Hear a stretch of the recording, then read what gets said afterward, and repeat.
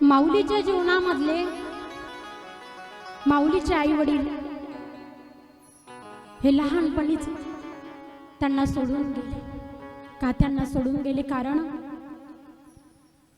ज्या वेळेस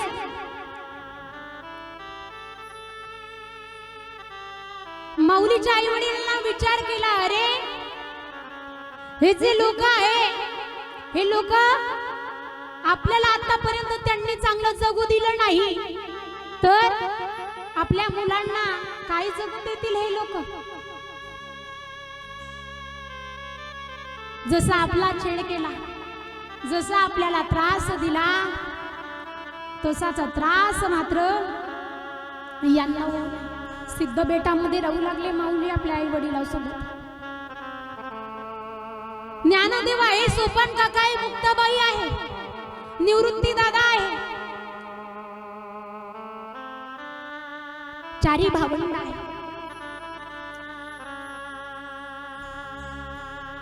माऊलीचे आई वडील रोज नित्यनेमाप्रमाणे विचार करायचे आहे. चार मुलं आपले आहे. अहो आपल्याला त्रास झाला याच्याकडे आपण लक्ष दिलं नाही. आपल्यावरती एवढी वाईट वेळ आणली, एवढी वाईट वेळ आणली, तरी सुद्धा आपण लोकांना काही म्हटलं नाही. का? कारण आपल्याला या लोकांनी अधिकारी म्हटलेलं नाही आहे. अधिकार सुद्धा नव्हता इंद्रायणीमध्ये आंघोळ करण्याचा माऊलीच्या आई वडिलांना. त्यांना वाटत होतं अरे आपल्याला तरी अधिकार नाही, परंतु आपल्या मुलांना सुद्धा तरी इंद्रायणीच्या डोहामध्ये स्नान करावं, त्यांना तेवढा तरी अधिकार मिळावा. त्यासाठी काय करावं? माऊलीचे वडील त्यांच्या आईंना म्हणायचे, अगं जसं आपलं आयुष्य गेलं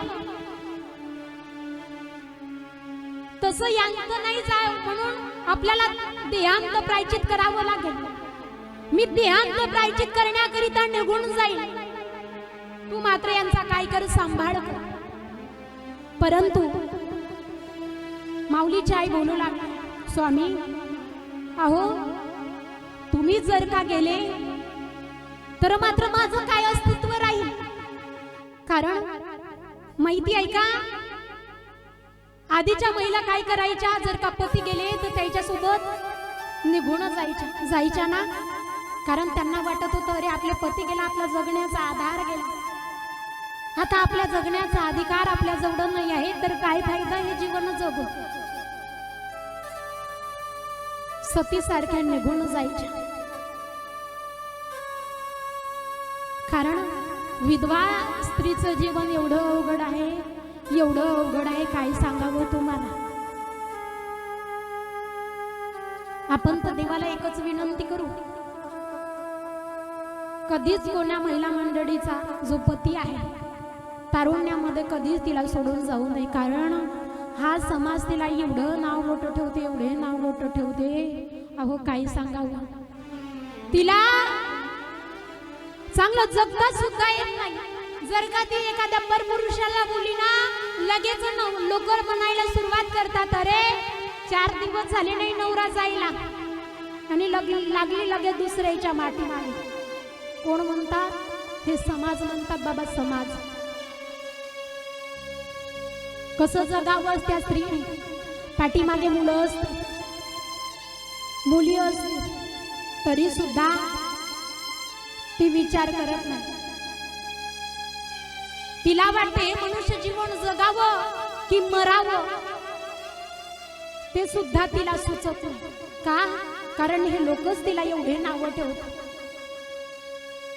फार वाईट घटना होती.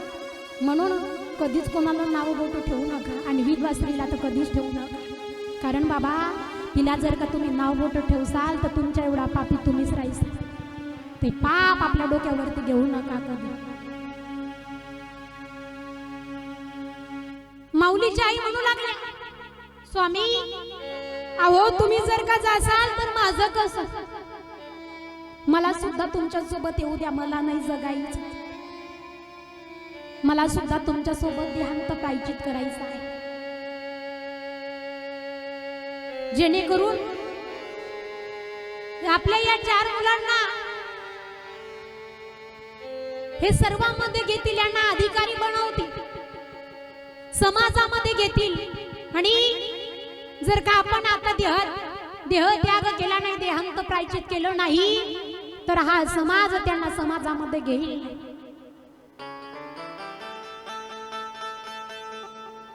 दोघांची गुप्त बैठक झाली.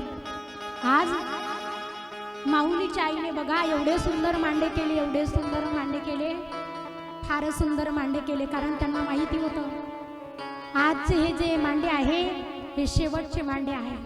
कधीच मुलाला मी हात धरून घास भरवणार नाही, हा शेवटचा घास भरवणार आहे. हे त्यांना बघण्याची शेवटची वेळ राहील. सुंदर स्वयंपाक केला, सर्व मुलाला जेवण करण्याकरिता बसवलं. चारी भावंड आहे, मनामध्ये आई वडील आहे.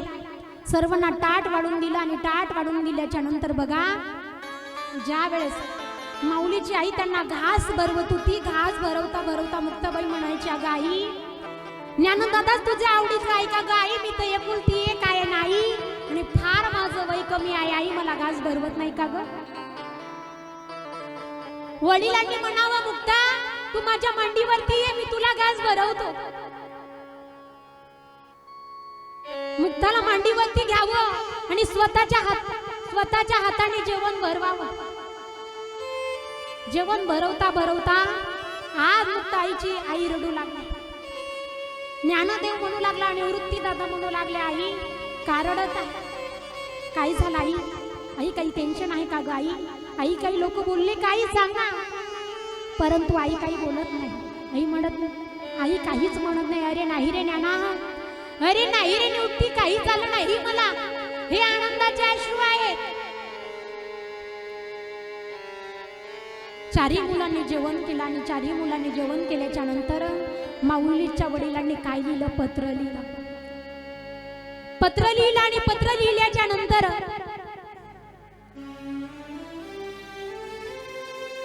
त्या पत्रामध्ये स्पष्ट लिहिलं, निवृत्ती या सर्वांचा सांभाळ तुला करायचा आहे. कारण मुक्ताबाई 7च वर्षाची आहे, तिचं वयच काय आहे 7 वर्ष, म्हणजे ती चिमुकली आहे. आणि आम्ही गेल्याच्या नंतर सर्वांचा सांभाळ तुला करावा लागेल. जिथे निवृत्ती दादा झोपले होते त्यांच्या आडोशाला ते पत्र ठेवून दिलं आणि पत्र ठेवून दिल्याच्या नंतर दोघे सुद्धा सिद्धबेटामध्ये आले आणि सिद्धबेटामध्ये आल्याच्या नंतर समोर समोर जाऊ लागले. जसे जसे समोर गेले तिथे दोघांनी सुद्धा काय केलं? देहांत प्रायचित केलं. कोणी? माऊलीच्या आई वडिलांनी. आणि माऊलीच्या आई वडिलांनी देहांत प्रायचित केल्याच्या नंतर सकाळ झाली. ज्या वेळेस सकाळ झाली, निवृत्ती दादा उठले, ज्ञानदेव उठले, सोपान काका उठले, मुक्ताबाई झोपलेल्या होत्या. निवृत्ती दादा उठल्याच्या नंतर बघते तर काय आपल्या आडोशाला कोणी पत्र ठेवलं असेल. पत्र वाचून बघावं. पत्र उघडून बघितलं, वाचायला सुरुवात केली आणि वाचायला सुरुवात केल्याच्या नंतर त्या पत्रामध्ये जे काही काही लिहिलेलं होतं ते वाचताच क्षणी निवृत्ती दादाला एवढा धक्का बसला, एवढा धक्का बसला काही सांगा. निवृत्ती, आम्ही चाललो बरं का, तुझ्या भावंडाची तू काय कर, काळजी कर. मुक्ता 7च वर्षाची आहे, तिची मुकली आहे. ज्ञानाची काळजी कर, सोपानाची काळजी कर. सोपान हा शांत आहे, तो कधीच कोणाला बोलत नाही. किती जरी त्रास झाला ना तो सहन करतो. अरे आम्हाला त्रास झाला ते मात्र आम्ही सहन केला रे, तुम्हाला त्रास व्हावा नाही, आम्ही त्याच्यासाठी हे देहांत प्रायचिताचा काय केला? संकल्प केला. मुक्ताबाई धावत धावत आली, निवृत्ती दादा धावत आले मुक्तेकडे आणि मुक्ताबाई म्हणत आहे, दादा सांग ना काय झालं?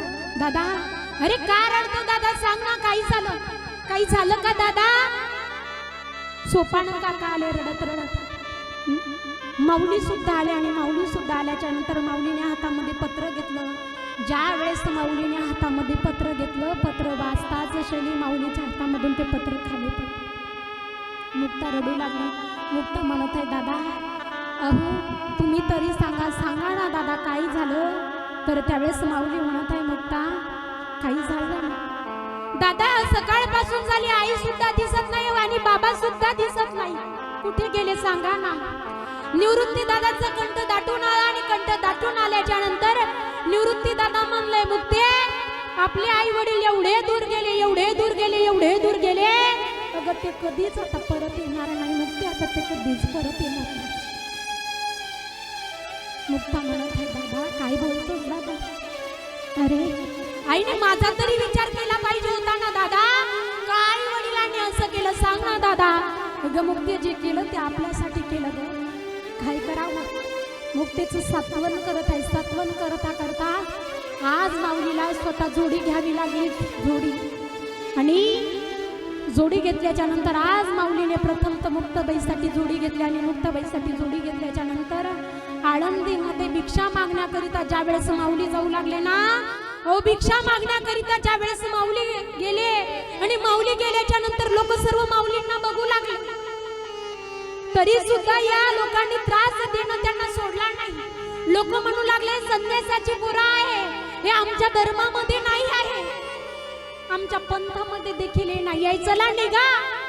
कधी माऊलीची जोडी काढावी, त्याच्यामध्ये कधी सेंट टाकावं, त्याच्यामध्ये कधी दगड टाकावे, कधी त्याच्यामध्ये माती टाकावी. या समाजाने एवढा त्रास माझ्या माऊलीला दिला.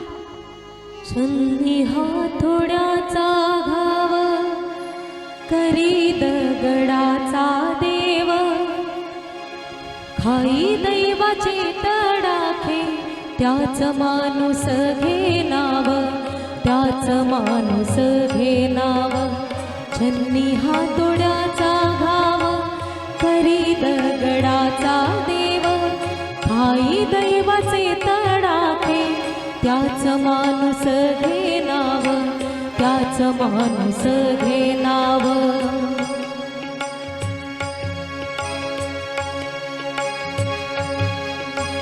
चिमुकल्या लेकराचा छळ पंडितान केला, चिमुकल्या लेकराचा छळ पंडितान केला.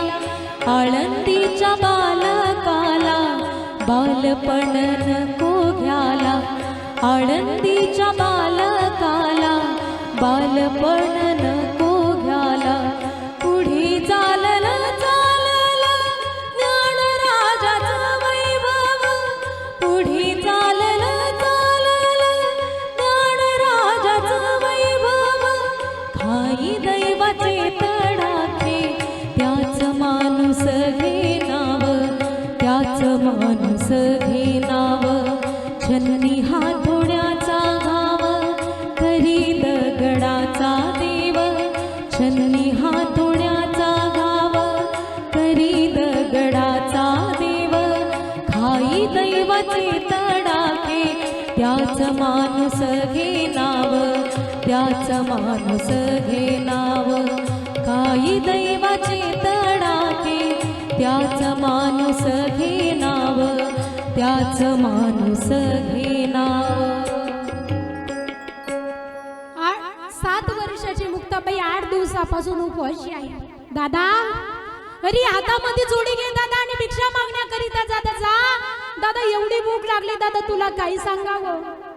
निवृत्ती दादांनी म्हणावं, ज्ञाना एकदा जा ना, जोडी घेऊन जा. माऊलींनी म्हणावं ठीक आहे. आज माऊलींनी जोडी घेतली आणि जोडी घेतल्याच्या नंतर निघाले.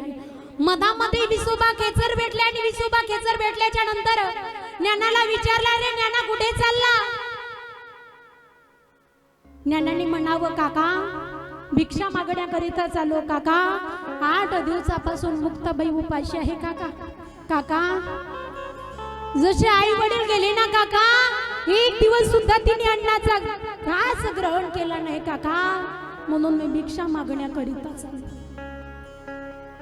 विसोब्या खेचरांनी म्हणावं, अरे तुम्ही संन्याशाची पोरं आहात, आळंदीमध्ये येण्याचा तुम्हाला अधिकार नाही, प्रवेश नाही तुम्हाला आळंदीमध्ये. चला निघा.